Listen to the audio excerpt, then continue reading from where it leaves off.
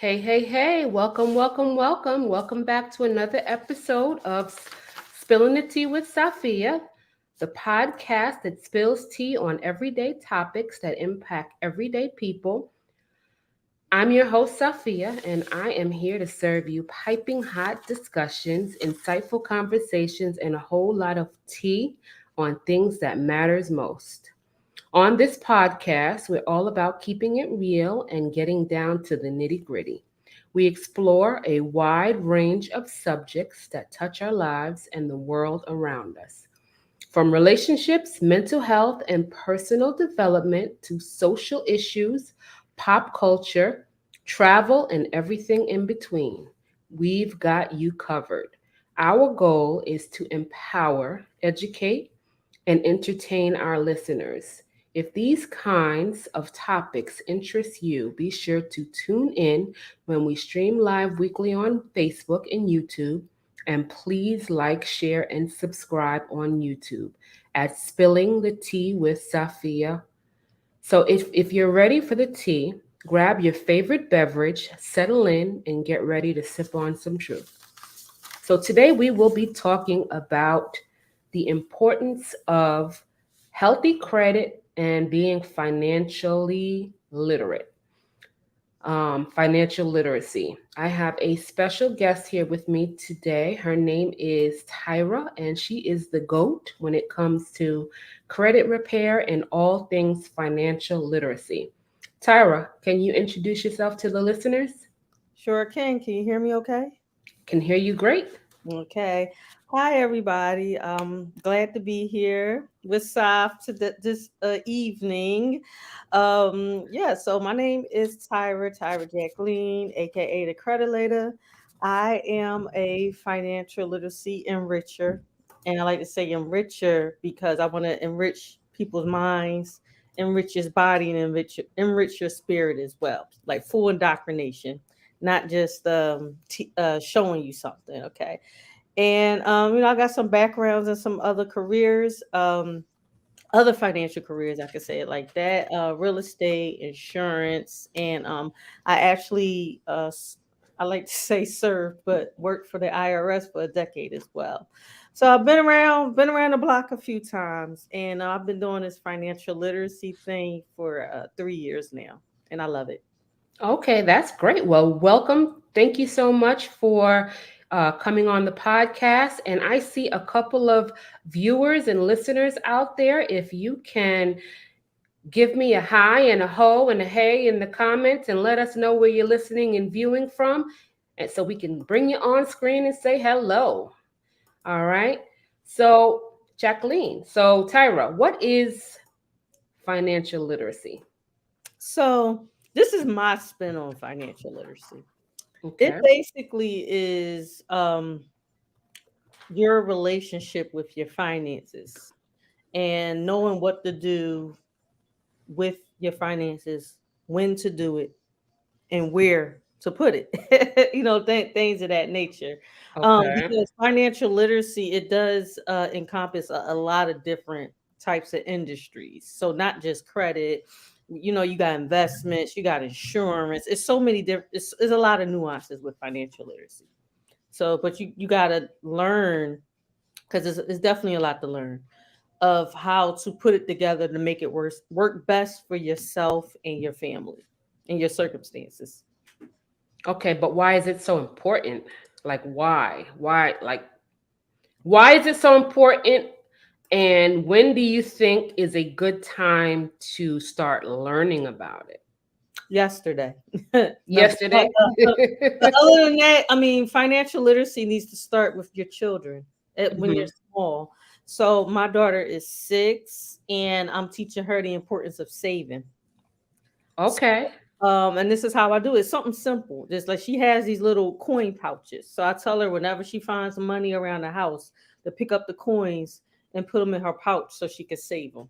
And what she likes to do, she likes to take them out and she likes to count it. But she knows she needs to save money when she gets it, basically. But financial literacy should start as children, elementary. Okay. That's where it should start. Absolutely. I believe it should really be a class taught in school. I know back in my day they used to teach home economics Yeah, I had home and ec. Mhm. financial literacy, for lack of a better way to describe the portion of the class, was kind of taught, how to, put a little bit aside for a rainy day. But I'm not sure if these kids are getting even home economics these days, aside from financial classes. No. I am old enough to have had home economics as a kid. One thing I was fortunate with, I went to a trade high school. So along with my major trade, I also had accounting. So, in accounting, you learn about debits and credits and balance sheets, and we also learned how to do taxes, and that was in high school. So that's because I went to a technical trade high school. Now, is it like that in regular high schools? I really don't know, but yeah, those type of programs, we had home economics, we did have wood shop, we had music class, and they took. I know where I'm at, they took those out of the regular schools, but what the charter schools did was they put some of those things back in. Like my daughter, actually, she's she just finished kindergarten, but she's learning Spanish, and she still has music class. And another thing they took out of schools was physical education, Yes. and she has physical education as well. Okay. Yeah, so they Okay. want the kids fat and not musically inclined. And broke as And adults. broke. Yeah, they definitely want us to be broke though. Please understand, people in this podcast world, that's definitely on purpose. That's not by accident. Oh, wow. I hate to hear that. Let me pop into these comments real quick. We have Lewis Melton, and he says hello.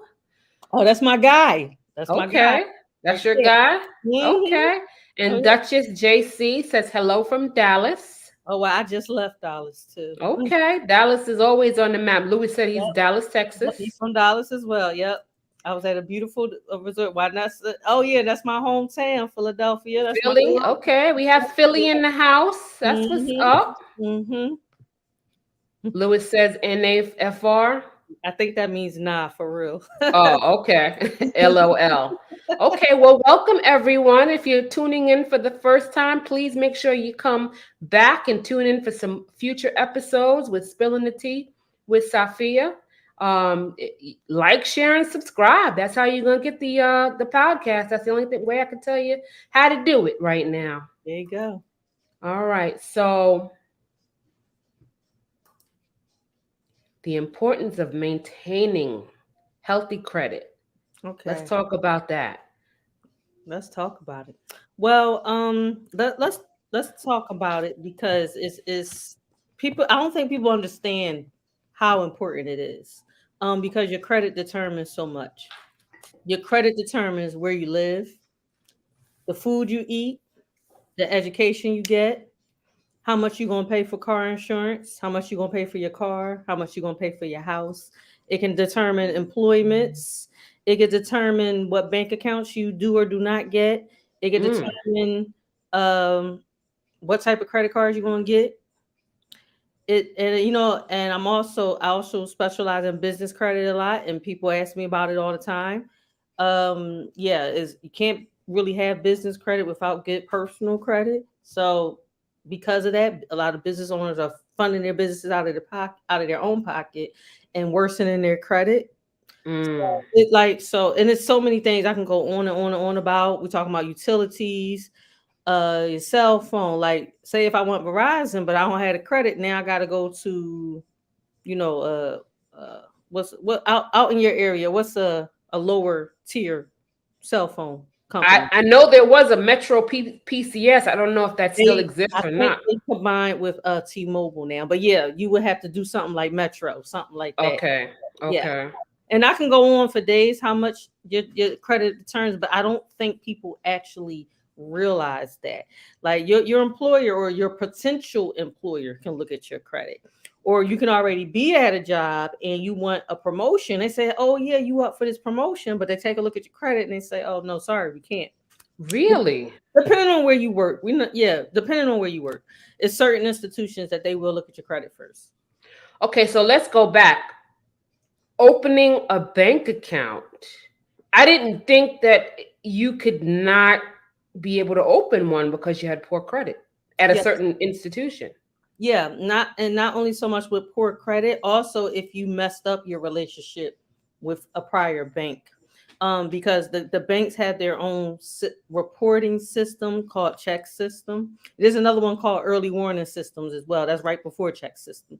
And if you are flagged, and it's almost like a blacklist, something like that.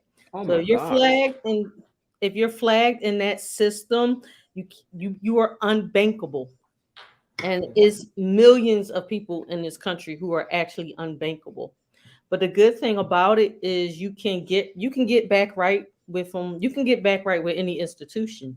For Mm-hmm. the most part, it just take work, patience, and diligence. But yeah, your credit determines everything in your adult life. Your like pretty much your whole life, adult life rises and falls on your credit. Because the worse your credit, the higher your car insurance. The worse your credit, the higher the interest rate going to be on your mortgage, which means less house you can buy, and the higher your mortgage going to be. If your credit is bad, you might not be able to get a house. You might have to stay renting. And I talk to people all the time who spending $1,500 and $2,000 in crazy neighborhoods on rent because they don't have the credit in order to go purchase a home in a better neighborhood, which is a shame. So if you're Wow. in a worse neighborhood, and not so neighborhood we wouldn't want to live in, then now we're talking about the schools are trash. And not only are the schools trash, the food is trash. So Mm, credit is bad credit is an ongoing negative cycle, period. Because we not now it's just we messing with your food, we talking about your health, that's right? true. So then you're Absolutely. damaging your health. So I don't think people think that far. Your bad credit is actually damaging your health because you're gonna have liquor stores and Pawn bodegas shops. on the corners, right? You have Mm-hmm. liquor stores, bodegas, everything that got all the unhealthy stuff on these corners instead of being closer to like a Whole Foods or a Trader Joe's, something like that. Who goes in Mm. those type of neighborhoods? And then now your auto insurance is going to be higher because you're in a high risk area.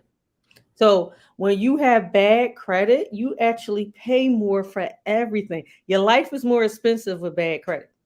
And what's really unfortunate, what people don't understand is, of course, they want us to stay this way. They don't want us to be financially literate because they don't want us to rise above. And the thing about it too is this economy actually needs a class of people who are financially illiterate who will continue to make poor decisions because they're going to continue to pour money into the economy, and Okay. they're pouring more money into the economy. So without an underclass like this, the Mm-hmm. economy actually wouldn't be able to survive.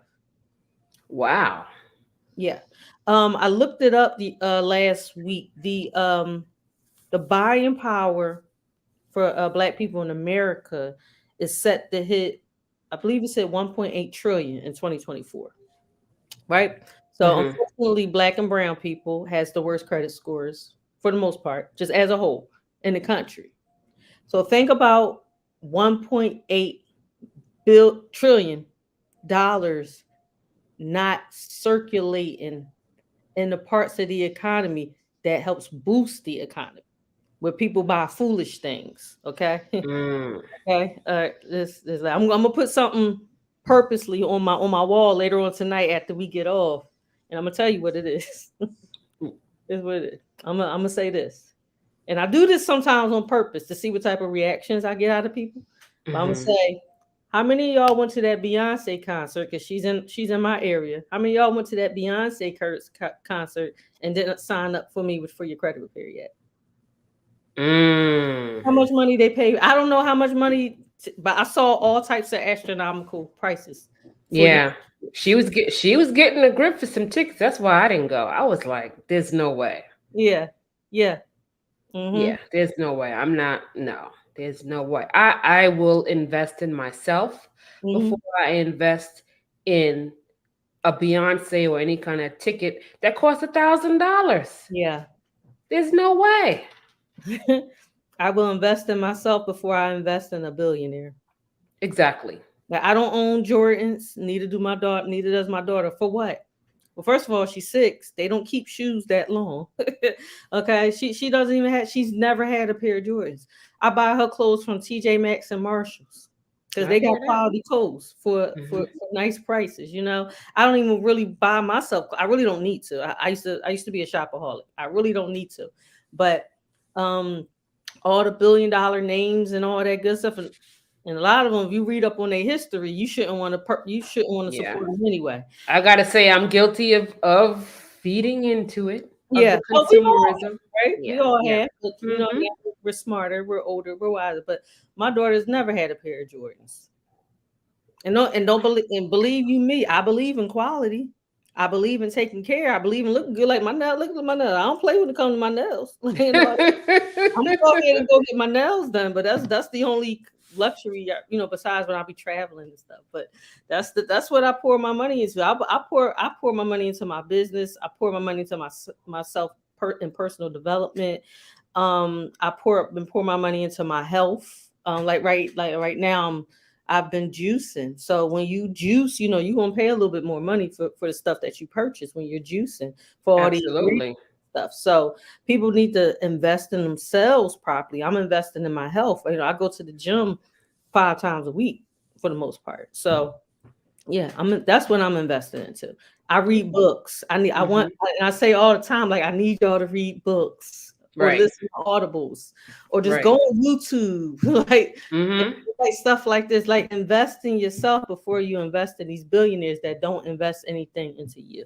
Exactly. And you mentioned luxury products, but the ultimate luxury is fiscal responsibility, healthy credit, and literacy, financial literacy. Yes, That's and the a healthy ultimate. body and a Yeah, healthy and a body. healthy body. Yes, of course. Well, as Well, I'm learning, that all comes in alignment with each other. If you yes, it if you have does. good credit, you're usually a healthy person all the Hmm. way around. So It's all related.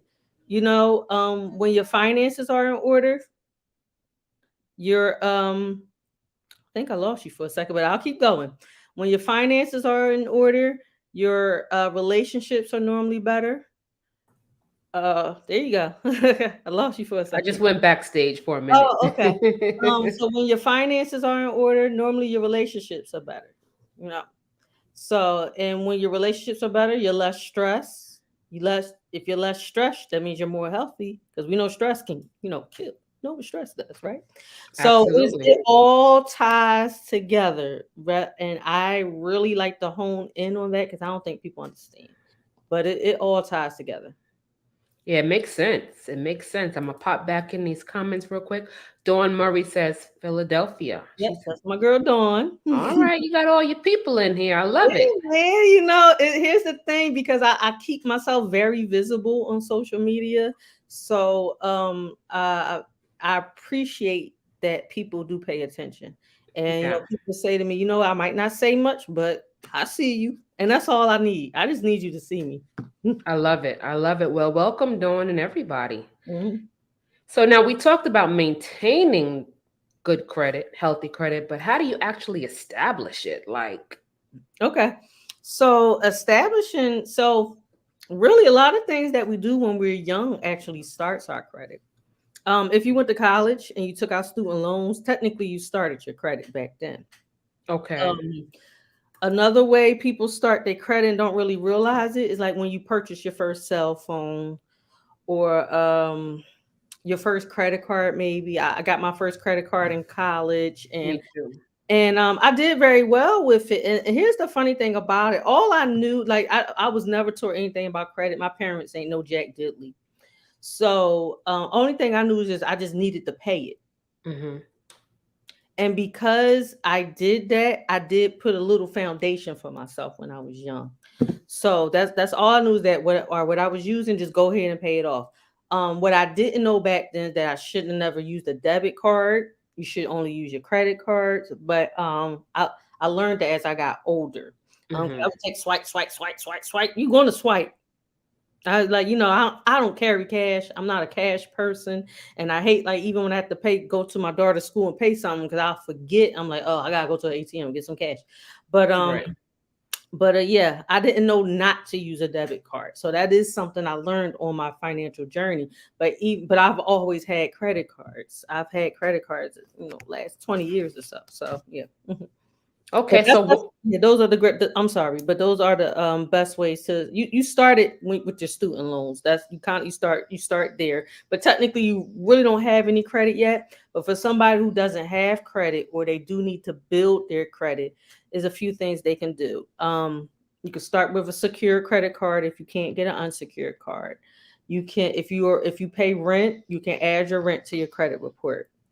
You could use credit builder savings loans as well. I love them. I recommend them to just about all my clients, especially when you need more of a mix of credit. I mean, nowadays you can add your anything you pay like a monthly subscription for, like your cell phone and Pandora, Hulu, all that good stuff. mm-hmm. Add that to your credit now too. It's I didn't basically know that. yeah, it's basically alternative credit. Yeah. Okay. hmm But it's lots So of ways to do it. yeah, I always heard that you have to have a credit mix or like different trade lines. Yes. Yes. Okay, so basically diversify your portfolio, your credit portfolio. Yeah, the trade mix is a mixture of revolving accounts and installment accounts. So revolving accounts are basically credit cards and lines of credit, um, like the lines of credit you actually get from the bank. And installment accounts are the type of accounts that you pay the same amount each month, like a mortgage, a car note, personal loan, things of that nature. Even though the credit builder loans, those are pretty much installment accounts too. And then Okay. the other things I named are alternative credit. Okay. It's a Mhm, little hard to follow when, you're always trained to say, okay, we have to pay attention to our FICO score. But then when you go deeper, there's so many different FICO scores. There's different like kind of scores. mhm. Which one are we actually giving the most importance? Is it the FICO? It is FICO, but here's the thing. There's 30 something FICO scores in each industry, and the particular lender that you're using, they're going to decide what FICO score they're actually going to use. So the only way to see those numbers is if you have a subscription to myfico.com. You're going to see all of your FICO scores.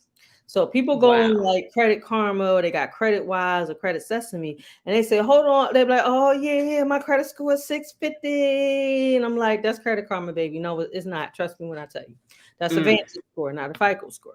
So a lot of people had the Experian app or an Experian account, and those give simulated FICO scores. That's the closest thing you're going to see to a FICO 8 score, which is what a lot of industries uses. But depending on the lender, and depending on the industry of the lender, they're going to use the FICO score for their industry. Like there's a particular FICO score for credit cards, and then there's one for auto loans, there's one for mortgages, there's one for insurance. So yeah, is a lot of different scores. And I That's think there's one for car rental too, because I was traveling with a friend of mine, and they invited me on the trip, but we ended up getting to the destination and they couldn't rent a car, so I had to end up renting the car. The yeah. credit the credit score was too low, so I didn't even realize that they went by credit score on that either. Wow. Well, what people need to understand is when they're looking at your credit, they want to know, are you trustworthy? Because your credit equals your character. Like Hmm. I was saying, when a lot, and not to say you're a bad person because you have bad credit, but the banks want to know, can I trust you to pay this money back? Or can I Hmm. trust you to pay this money back on time? Hmm. Hmm. And if you had bad credit, apparently I couldn't trust you with this money. Right. That's how it goes. Right. It makes sense. hmm I'm gonna jump back in the comments. Malika White says hello from Delaware. Girl leak. Yeah, that's a good one. Dawn Murray says, I want to learn more about getting a line of credit. Okay, can we help our girl Dawn out? Yeah, she just needs to go to her bank and get a line of credit. Okay, and but that's gonna be contingent on credit score, correct? I Of mean, course. of course. And not Okay. just credit score. So, what I like to teach, I'm sorry, should you want me to? Dawn, do you have a specific question? That's kind Yeah. of a broad question, or we could invite you on to the pop on to the podcast and ask your question directly, Oh, can if she that come would on? help. Okay, she'd come on too. That'd be nice. I can pop her on. I'd have to send her a link, but I can Okay, get definitely pop her on. that'd be nice. Um, if you want to, you want to? Okay, let me see if I can. Are you? Let me see. Are you able to DM her? Cause I don't have her. I can deem her. Okay, let me get the link and then I will send it to you in the private chat and then we can pop her on. Hang on. Is it the same link you gave me? I Okay. it might not be. Oh, Okay. hold on. Let me see if there's an I'm sorry. I'm a hot mess with this thing. Um Come on. I don't think I can. Let me see. Hold on. If you DM it to me, I could DM to her. Yeah, I'll do that. Hold on. Let Yes, me ma'am.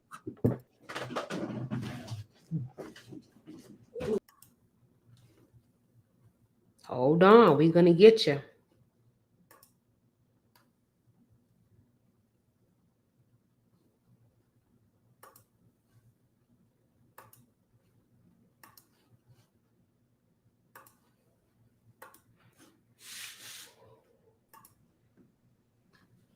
All right, Dawn, we coming for you. Hold on here. Little bit of a technical hustle. Okay. All right, Dawn, we're gonna send you a link so that you can enter in and pop on and join us and ask your question directly. All right. As well, I'm just gonna keep going through the comments. Dawn says, "Oh wow, I never knew that." I think she was referring to the FICO Okay. score. Okay. Probably so. Yeah. So another thing that I'm teaching folks is, all right, Dawn, I'm sending it to you now. Mhm. Is that you're what you get extended from lenders are not just, oh, she want a business credit up, that's a whole different conversation, Dawn. So But here she said, so here is the thing. I'm trying to get a line of business credit for my stay care, but I think she means daycare. yeah, that's a whole nother. All right, so she saw the link, so that's a whole nother conversation. However, the basis of it is your personal credit, even when it comes to business credit. So as stated, everything rises and falls on your personal credit.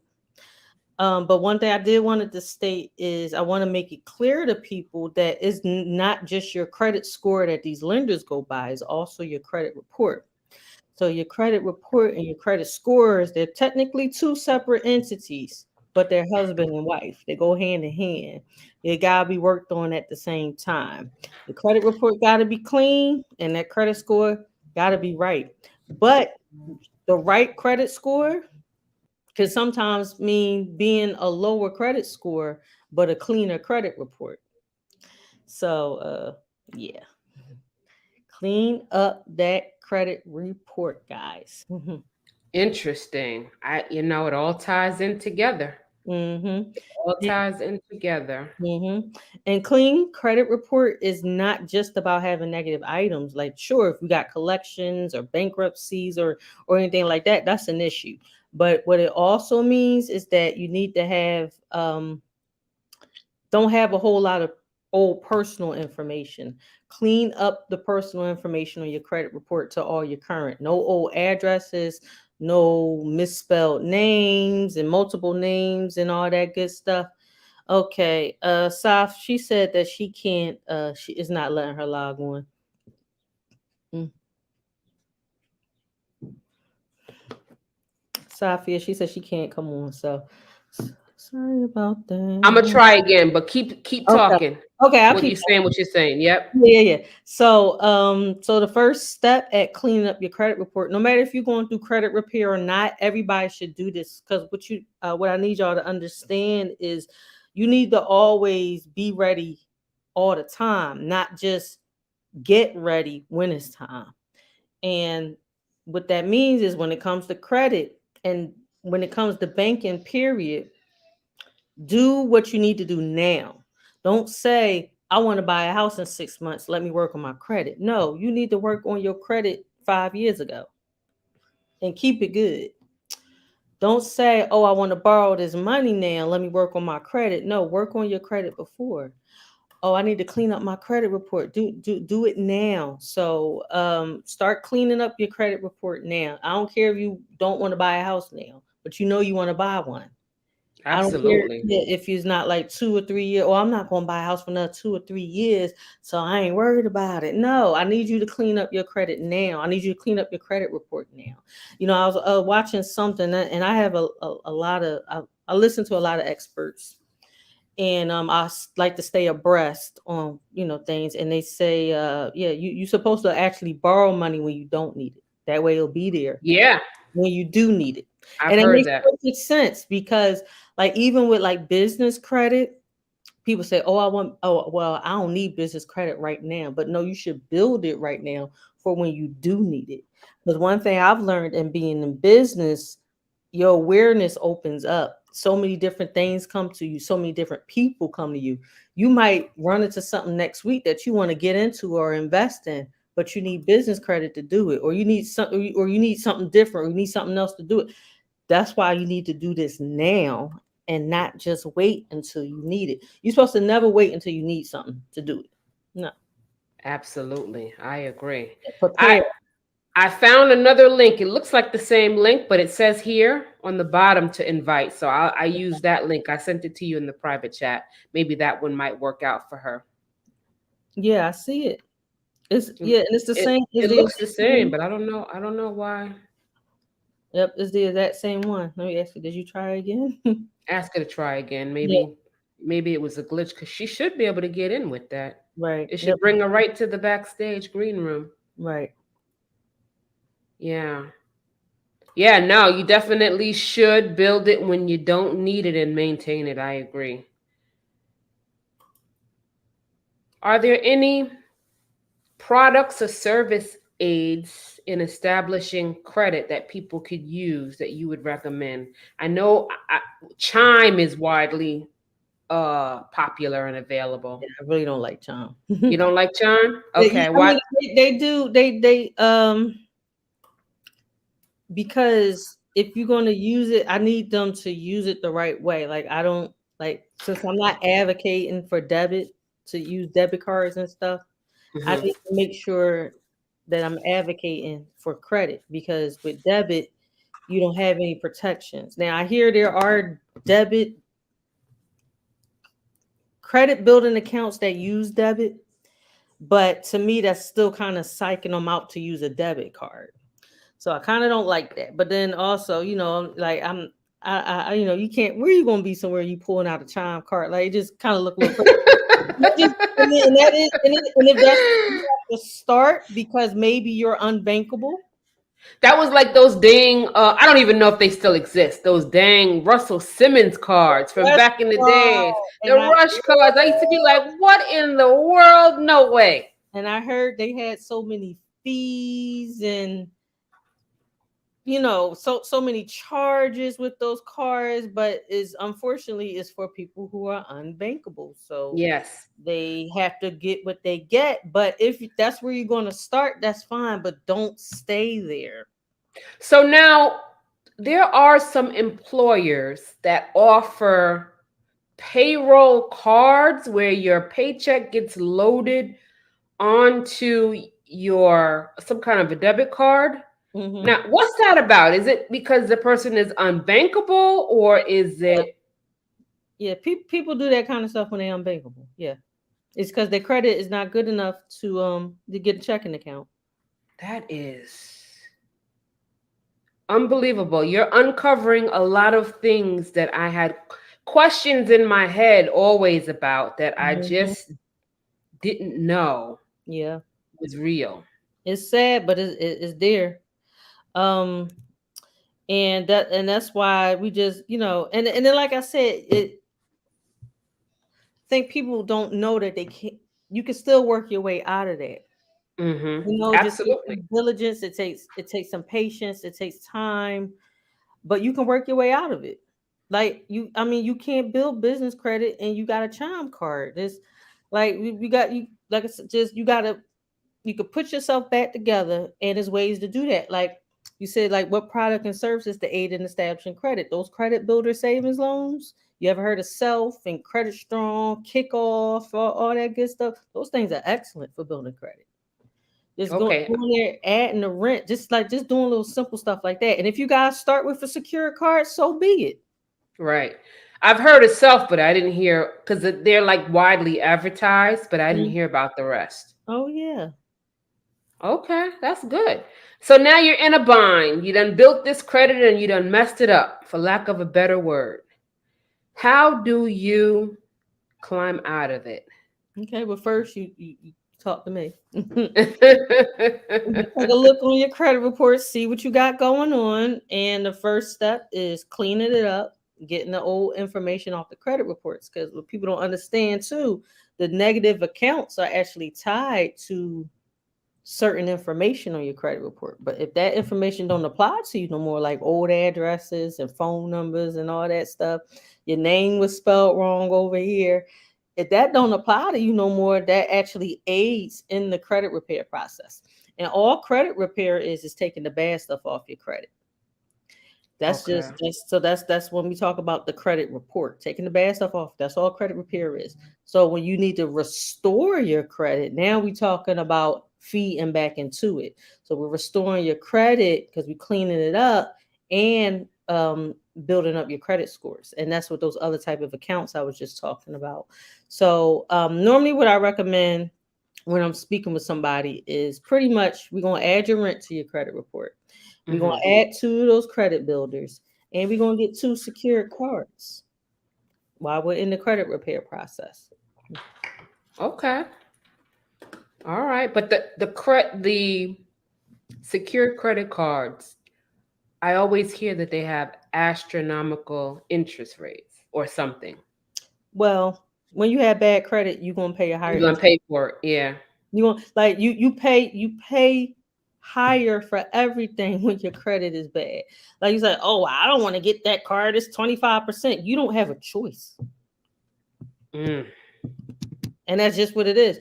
If you want to have, and then you could do some, if you can do this, like it's different credit unions and stuff you can get in, or you may have to build your credit up first and then get into a credit union. But yeah, you really don't have a choice. And when you have no credit or bad credit, because here's the good thing, when it comes to like Self and stuff, they don't even do credit checks. And Self also has a secure card as well. So the type of the credit builder account, that's actually an installment account. Then they'll turn around and say, hey, you want the secured card? That's a revolving account. And remember, you need a mixed, because you need to show banks that you're responsible. Okay, I don't know what just happened there. Okay, it's glitching the matrix. I guess I'm giving too much sauce. Okay. Well, you got to show the banks that you're responsible with different types of accounts. So that's why having the installment accounts, aka the credit builders, and the revolving accounts, aka the secured cards, are important. Oh, I can Mhm. handle revolving and I can handle installment accounts. So when you want to get those type of accounts, when your credit is better, then you can get higher limits. And for my people that want to build business credit, they always look at your personal credit. You, until you making millions and millions of dollars for multiple years, they're always looking at your personal credit too. So if you showed on the personal side that you can handle the different types of accounts, oh, they got a credit card, and okay, then oh, the limit 7,000, the limit 10,000. Okay, I can give them some money over here. And then the thing is, on the business credit side, your actual limits get doubled and tripled on the business side. So we got people running around with 500 limit credit cards, but then they turn around and say, "Well, I want a business credit card." Oh, they only gave me 3,000. That's because you over here on this side with $1,000 limit personal. Mhm. Okay, so Mhm. again, so with that being said, that's why you have to build yourself up. And if you got to start from the mud, then start from the mud. But that's why you need to do it now, not wait until somebody come to you and say, "Hey, you want to be an investment partner with me?" Blah blah blah. You need some business credit though. Oh darn. Right. Yeah. You Right. need your LLC. Oh man, I don't have that. I just had a long conversation with somebody, was it yesterday or the day before, and he getting involved in some stuff with investment properties and everything they doing is on the personal side. And I was like, why? That makes no sense to me, but okay, whatever. Mm, He's like, I'm gonna go ask these people some questions and I'm gonna get back to you. I'm like, please do. right. Oh Hmm. my gosh. Intense. Hmm. Yeah, that's something that you don't realize being an investor requires business credit most of the time, a lot of the time. So, yeah. Yeah, and a lot Or of them access do to it. it, Yeah. right. Exit, and a lot of them do it from their personal, and that's why their credit is bad. Oh man. Hmm. So now do you recommend, like for instance, I'm thinking about, and I did it with the older two. I don't know about this one so much, but I'm thinking about putting my youngest daughter on my credit card to help get her started on her own credit worthiness. Are people still doing that? Because it's been a couple of years since I did it. Yeah, people are still doing it, and it's the best thing to do for her. Okay. Just don't give her a card. That's Oh what. yeah, yeah, yeah. No, I never did. I never did. Don't I give her a never. card. And of course, depending on who the bank is, determines how old she needs to be to get on the card. Like some cards, you can do it at 2 years old. Other cards, you gotta wait till they 13. Other cards, you gotta wait till they 16. So that just depends on your bank. Okay, Mhm. got you. Now, how does that? Could that? So, if you don't pay the bill, though, that negatively impacts their credit as well. Yes. That's the Yep. only thing you got to make sure that you're on point with it. Yeah. So exactly. So what you're talking about is being an authorized user. Works the same way. So when somebody is an authorized user, they're riding or they're piggybacking on somebody else's credit card. And the cool part about that is it does everything for them that is doing for you, good or bad, for your credit. Hmm. But if the person that you're piggyback on, if they're irresponsible, they got late payments and high utilization, it's hurting you more than it's helping you. Now, if somebody is an authorized user, they still need to continue to build their own credit because once they come off, they're going to drop back down. So, if you're going to be an authorized user, and the people that listen to me, they know, they already know this. If you're going to be an authorized user, it must be a responsible person. Okay. That means low utilization and you pay on time each month because your history becomes their history. The person who's the authorized user. Gotcha. Hmm. Okay. Wow. Okay. Somebody's upset. What were you gonna say? No, I was saying your doggy. Somebody's Yeah. upset. Somebody is upset. Mhm. Somebody is at the door. That's what Yeah. always happens when I get on here. All right, I am going to ask you about some of the pitfalls. Some of the pitfalls in trying to repair credit. Oh, mistakes and pitfalls. You on backstage. People going on the sites that they use to actually monitor their credit, like Credit Karma and Credit Wise and Credit Sesame, and they'll say dispute this. You should never do that. You never dispute online because you are giving up your rights. We have a lot of rights under the Fair Credit Reporting Act because these credit bureaus abuse us so much when it comes to credit because they know most people, the majority of people, don't know their rights when it comes to credit and they don't know consumer laws. So, because they know a lot of people don't know their rights and the laws, they do illegal stuff and things they're not supposed to do. And people jump right into that. So one thing that people do is you might be on Credit Karma, you got a collection, and it'll say, "Hey, dispute this. Your credit can go up 25 points if you dispute this." And they might, yeah, it might come off, but guess what? It's most likely coming back. Number two, we have recourse to sue. When you do it online, you are giving up your right to sue. And it's very similar to how when you got to do some type of electronic agreement, you have terms and conditions to agree to. Same, it Yes. works the exact same way. You check off that box, and now you're agreeing to their terms and conditions that says you can't sue us now because you're doing this. Okay, and there's no Oh, paper wow. trail. So when Wow. you're disputing, it needs to go with, like, it needs to be on paper when you're disputing. Just like they say in court is always what you can prove and all that stuff. The paper is what is your proof. So the paper trail. Yeah, you always need to have a paper trail. So that's something else that they do, disputing online. Also, it limits the amount of they're controlling the narrative basically. They have a drop down, and you have to choose from one of their drop down options. So they're controlling the narrative. So that type of stuff. That's one big mistake people do. And of course, applying for a bunch of credit cards. If banks see a bunch of inquiries, you're going to get denied. Because they don't like you when you're thirsty. Basically, they don't like you being thirsty. Mm. Another thing is, your credit bad, but you're gonna go to the car dealership anyway. And what a lot of people don't know is when you go to a car dealership and apply for a car loan, they run your credit for each and every lender. Oh my God. Because of that, if you got bad credit, so they gonna say, "Oh no, don't worry, we're gonna work this out," and you can go somewhere. They can work it out too, but they don't ran your credit 45 times. Oh my gosh. So yeah, I've seen upwards of 100 inquiries on people's credit reports because of that. And then for them to come back and tell you, well, you need a cosigner, and that's another place where people mess up at is they cosign for things because and then people had the nerve to say to me, well, it's not my car. I co-signed it. Yes, it is your car. According to the bank, it is your car too. And whatever that other person did not do, now that's on your credit. Or another thing is, oh, well, I gave the car back. That's not a repossession. Yes, it is. It's a voluntary repossession. You just was nice about it, but it's still going on your credit as a repo though. Oh my goodness. Yeah. So these are some of the mistakes people make with their credit.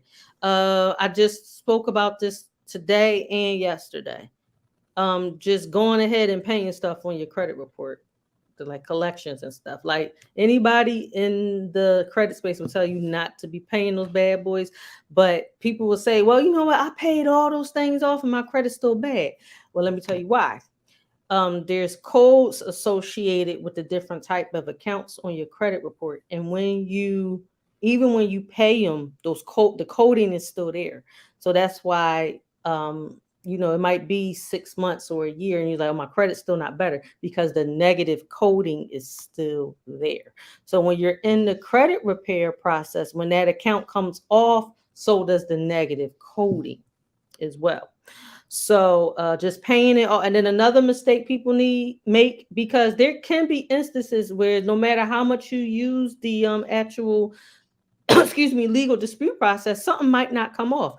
What we Hmm. cannot do for us in the credit space is promise anybody anything. It's actually illegal to. There's laws against that.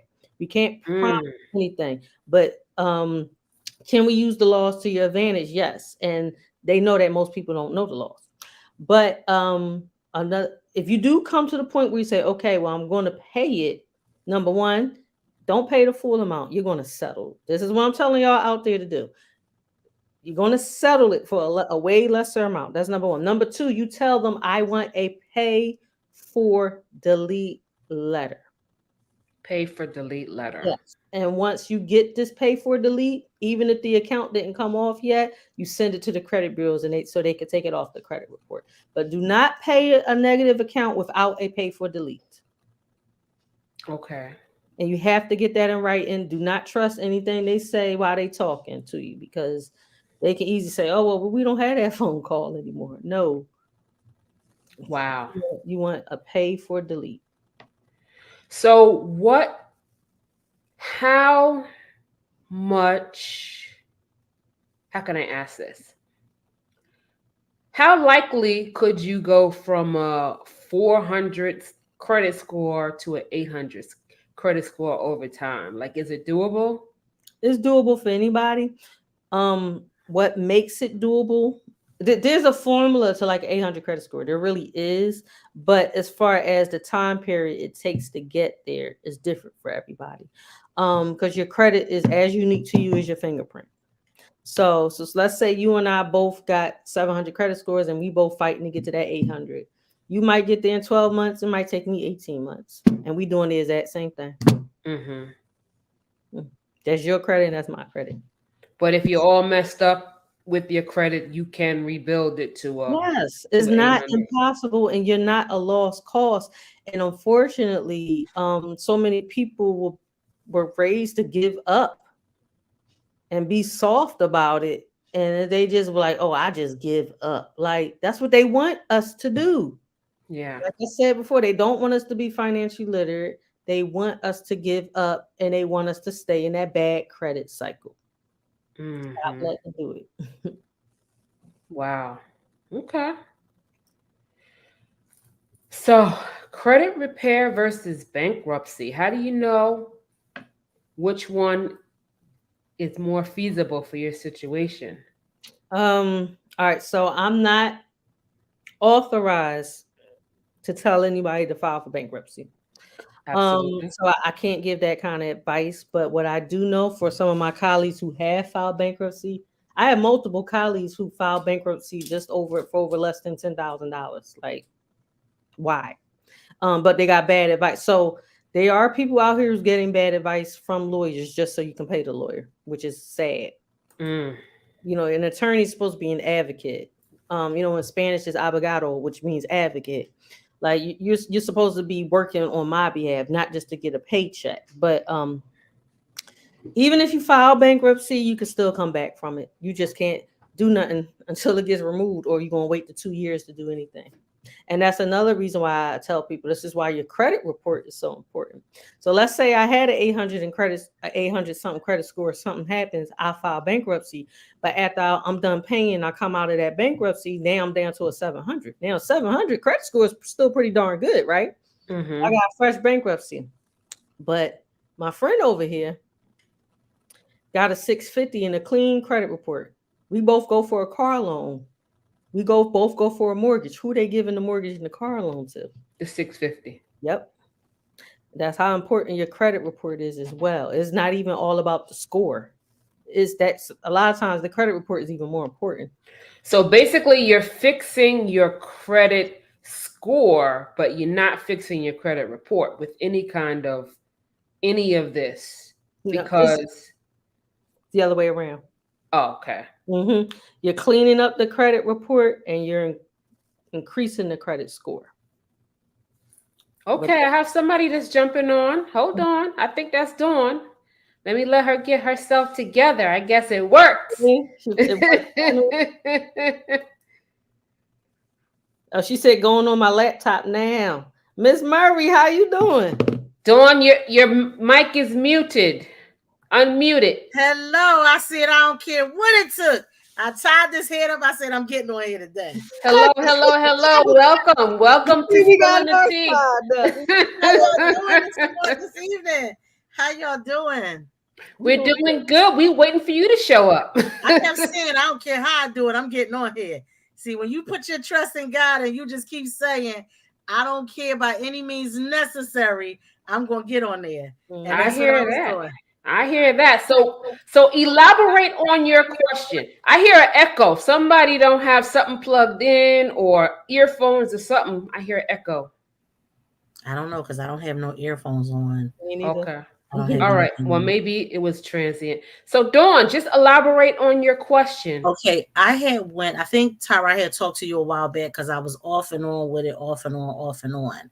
I started working on some things and paying some things down on my credit. But as you know, I have a daycare in my home and I want to expand. So I was looking into the business line of credit so that I can use that opposed to using my own personal credit. Now, and I remember before I was supposed to work with you to get credit and everything taken care of. And I think I got some credit, but you bust my bubble a little bit when you said on here that Credit Karma is not the scores that you need. And I was just like, whoa. So it made me feel like what I thought I was doing was actually nothing because I did not realize that there are different FICO scores and different FICO things that you need for to be able to purchase a mortgage, to be able to get a building, or to be able to do whatever you need to do. So I know I need help in that area. And I like even what you were saying about the broadcast, that the importance of it is healthiness because we never combine the two, and I wasn't doing that for a while. But the financial literacy, I really need to be walked through like a kid needs to be taught how to do stuff. And I'm not ashamed. You muted. I don't know what happened. Oh, and I'm not ashamed. I'm sorry, I hit it. I'm not ashamed to say it that Mm-hmm. I need the help so that I can be able to get further along. Mm-hmm. But first and foremost, thank you for saying that, because just because you said it, somebody else is going to come and say the same thing Mm, now, even if it's private. But because and at the end of the day, things happen. Sugar, honey, iced tea happens, right? And having bad credit, you should not be ashamed of it. I say be ashamed for not wanting to do anything about it. Be ashamed for not wanting to better your circumstances. And that's why, even when it comes down to credit and financial literacy as a whole, it's actually a mindset thing. Because if we don't change our mindsets, we're not going to change our relationship with our finances. If we don't change our finance relationships with our finances, we're not going to improve. So it all starts here, first and foremost. So now, if you want to talk about getting an actual business line of credit straight from your business, we gotta talk about it, not touching your personal at all. But first, we gotta talk a little bit about your personal credit, because, like I said, everything rises and falls there. And then what right, you got right. going on the business side for business credit. A Okay, lot of people mess themselves up because they're not compliant with their businesses. They're not lender. They're not bank compliant. okay. There's the bank says you it's certain I's got to be dotted and certain T's got to be crossed, and they're very specific about what they need. And Mm, people mess that up with doing simple stuff like, you know having a home address as their business address, or using Google as their email account. Like, it's mm. a lot of simple things that you can change, that can be the difference between getting $50,000 in business funding and getting 25, or not getting anything at all. And Oh, it wow. comes down to your business structure, and it could be simple stuff. Okay. Mm. People using their cell phones as their business number. That's a no. Mm. Wow. Yeah. Wow. And So, why is that a no-no? Because I'm gonna tell you. So over time, they do studies and they look at numbers. So banks have this when it comes to business credits. Banks have this thing called a NAP verification. And NAP stands for name, address, and phone number. So Okay. in your name, you should not have a high risk industry in your name. Anything that pretty much deals with money is high risk, right? Okay. Um, Address is people using, like, maybe their home address or a PO box or iPostal UPS box as their business address. And then Mhm. phone number, people using mobile numbers. So that's the name, address, phone number. So the study showed that those three things was some of the biggest things of the people who defaulted the most. The people who are mm, using high risk names. And another thing is too, you shouldn't really have what you do in the name of your business, because you're already being judged before you even sit down in front of these people. really? Yeah. So, or if you have the high risk industry. So high risk industries is pretty much, and this is just a few examples. Anything that has to do with finances. So insurance, capital, credit, all that stuff. Those are high risk industries. Vending machines, anything real estate, except for property management. So you got ABC Realty. Nope, you already done messed up. ABC Construction, you already done messed up. Tyra's Vending Company, messed up. Address, so like I said, home address, PO box and stuff like that, and then cell phone number. Oh, and even, like, you can't even use no Google numbers. Google give you free numbers with your email addresses. Can't use that either. Nope. You either need a designated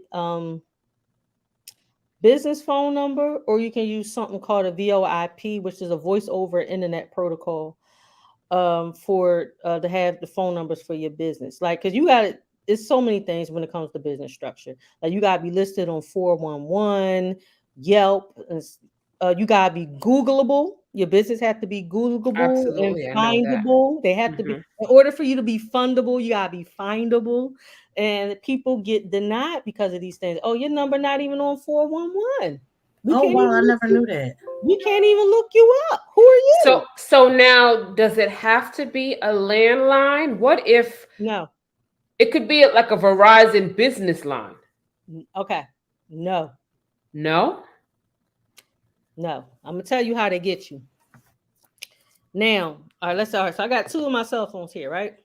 Hmm. So one is my personal, and I'm gonna say this cell phone I'm using for my business. But this the number that I'm putting on my applications. Because of that, I'm messing myself up.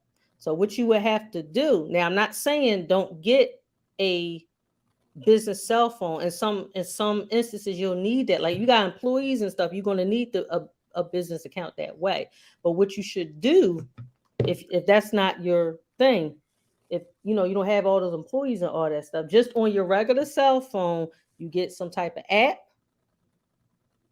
that's for the VoIP numbers, or a lot of these virtual offices you can get like what the virtual office I have, they gave me a designated number with a live I receptionist. have that as well. So Yes. yeah, so when somebody's calling for me, they're Get out saying, of here. good afternoon, Belly Enterprises, and then the phone number comes straight to the call comes straight to my cell phone, and when I answer, it says you have an incoming call. But see, that is a business number, or Okay. there's also vendors you can get a business phone number from, like Freedom Voice. I think yeah, Freedom Voice is a good one. Ring Central, like there's actual companies, and then there are also those vendors help you build business credit. Some of them, not all of them, but some of those vendors help you build business credit as well.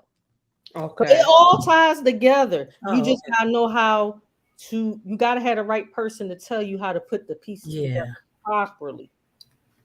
Okay. So this is Wow. another call outside of this that I gotta That's, meet with and, you. and that's why I said that's a separate conversation. So, Yeah. Tyra, I feel like we need to do another podcast, a separate podcast on building business credit specifically in all of the steps that's needed in order to make your I can't give chances. it all away for free. No, no, no, no, no, No, no, I no.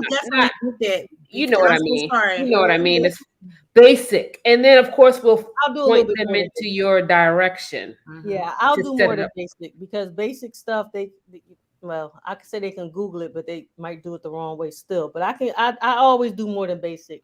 And Um, see, that's why I haven't touched it because mhm, I'm gonna be honest, I don't know what I'm doing. So right, let's first start there. I right, don't know what I'm doing, and I'm not ashamed to say, right. listen, I don't know what I'm doing, and I need you to guide me because you don't want to do stuff and then now you shooting yourself in the foot because there's a couple of things you already said that I believe I'm already doing wrong. And Mhm, now that needs to be corrected because the business is in my home and I use my home address as the home. So now I have to meet with you to figure out how to do it because you got people charging you hundreds and hundreds of dollars, but they're not telling you anything. mhm.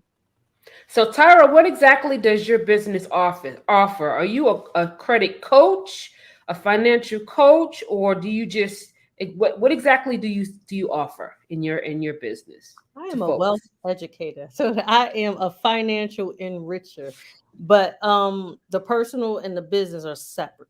So, do you coach at all? Do you do any coaching for like somebody that needs more hands on? I mean, I coach every day, but the hands-on thing. So my personal clients, I'm very hand. I mean, they got to do their part too. Um, Hmm. there's a saying that says you have to participate in your own rescue, and that goes with both the personal and the business because I can't do everything for you.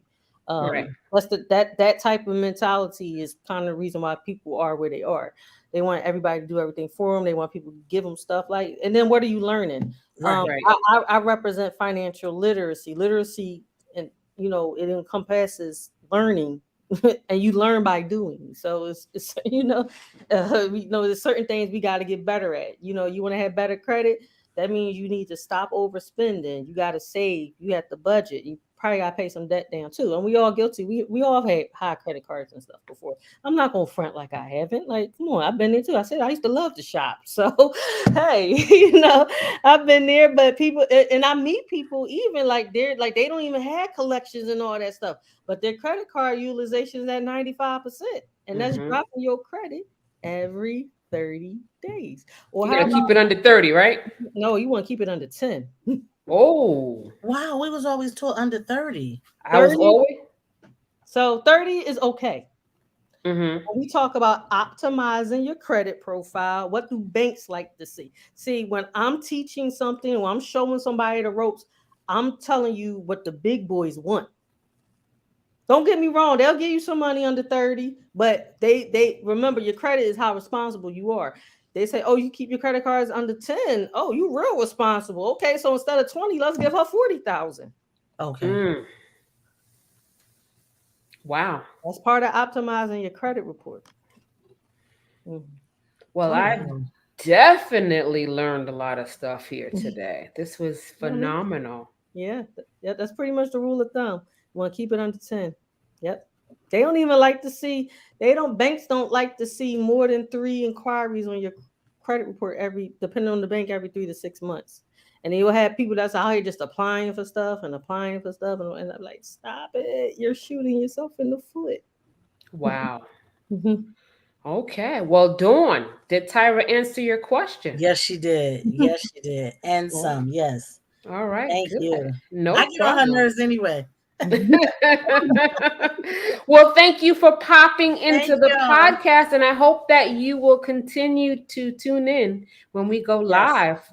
If you could Yes, I find will. me, I don't know if you could find it if I'm not your friend, but if you're I don't think interested, you are, but I do want to be able to have it where we can connect so I can come on your podcast because learning is always beautiful. yeah. It is sounds good to always But me. the beautiful good thing to, is, I have StreamYard as well, so that's how Dawn was yeah. able to see it. Because since I have StreamYard, I'm able to stream right now. I'm streaming to both my personal profiles. I So see that. That's how yeah. she's able to say. Okay. Mhm. All right. Well, Dawn, I will send you. I saw you popped in the comments, so I'll send you a friend request. So this way you can be Okay. privy to all of the next upcoming episodes. Thank you.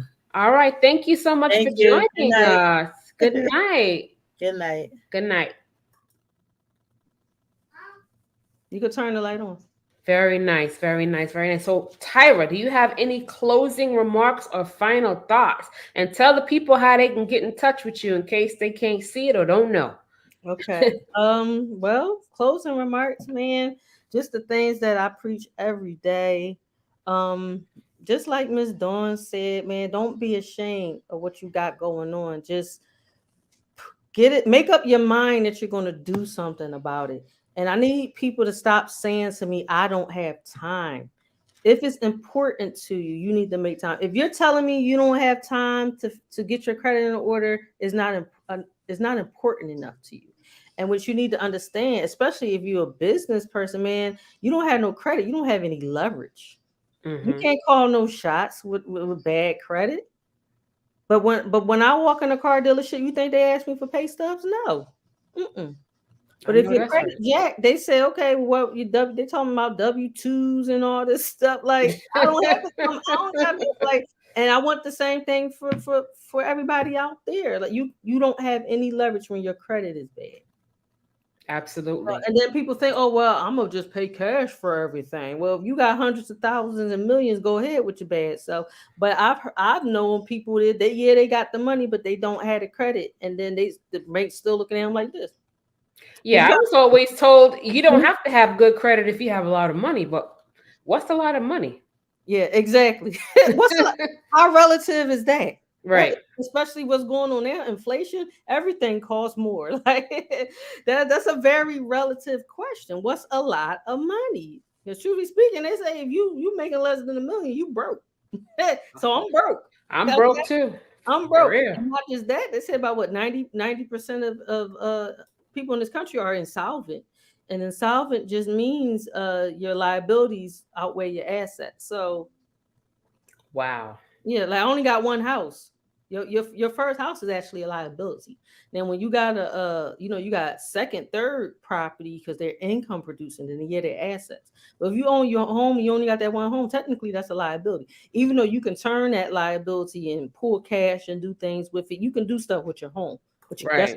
guess what? Gotta be right. Your credit gotta be right to do that too. Oh but man.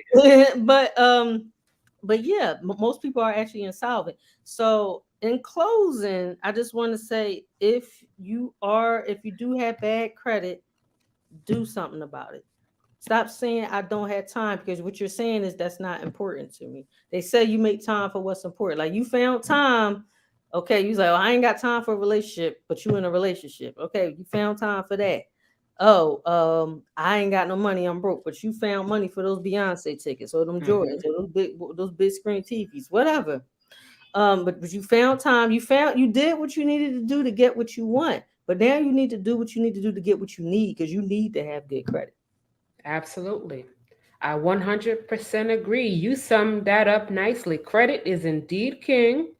And Tyra has broken it down to us so that we can better understand just how crucial it is to get that credit established and in order, and to gain some knowledge on your finances and to teach it to your kids. Teach it to your kids. Please give it to your Absolutely. babies. Please give it to your babies. Like, don't let's set our babies up for success and not failure. Like, so many of I was set up for failure. So Yeah, many me of us too. were set up for failure.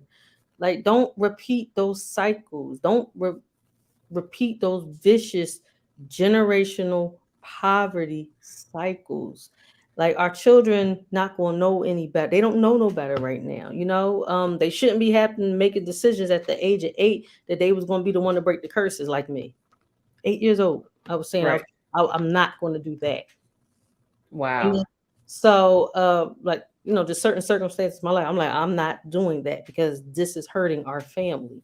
I'm not Hmm. going to do that to my future family. Like, children shouldn't have to be made to make those decisions. So set your children up for success. Just like you put your children on your cards as authorized users, you're setting them up for success. Me trying to teach my daughter, not let me take try, I don't like the word try. Me teaching my daughter how to save, and even with her just being right here in the room, she's been on many webinars with me and different trainings I've done and professional Zooms. Like, she's still catching it. She don't understand, but she's still catching it. At Hmm. the end of the day, I'm setting her up to win. Of course, I can't make her drink, but I'm taking her to the water. Take your children to the water, not to the fire, man. Absolutely. Absolutely. That's a perfect way to end it, Tyra. And I thank you for Thank you joining for us here having me. today and spilling some tea on this very important topic of credit. And I want to thank the listeners and the tuners inners for taking time to chill with us tonight.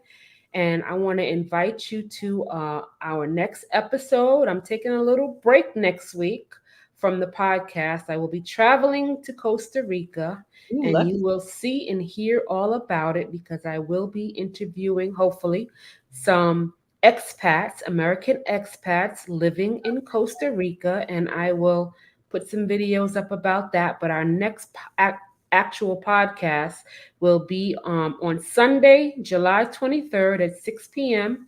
Central Time, and we will be discussing being a Black expat in Japan.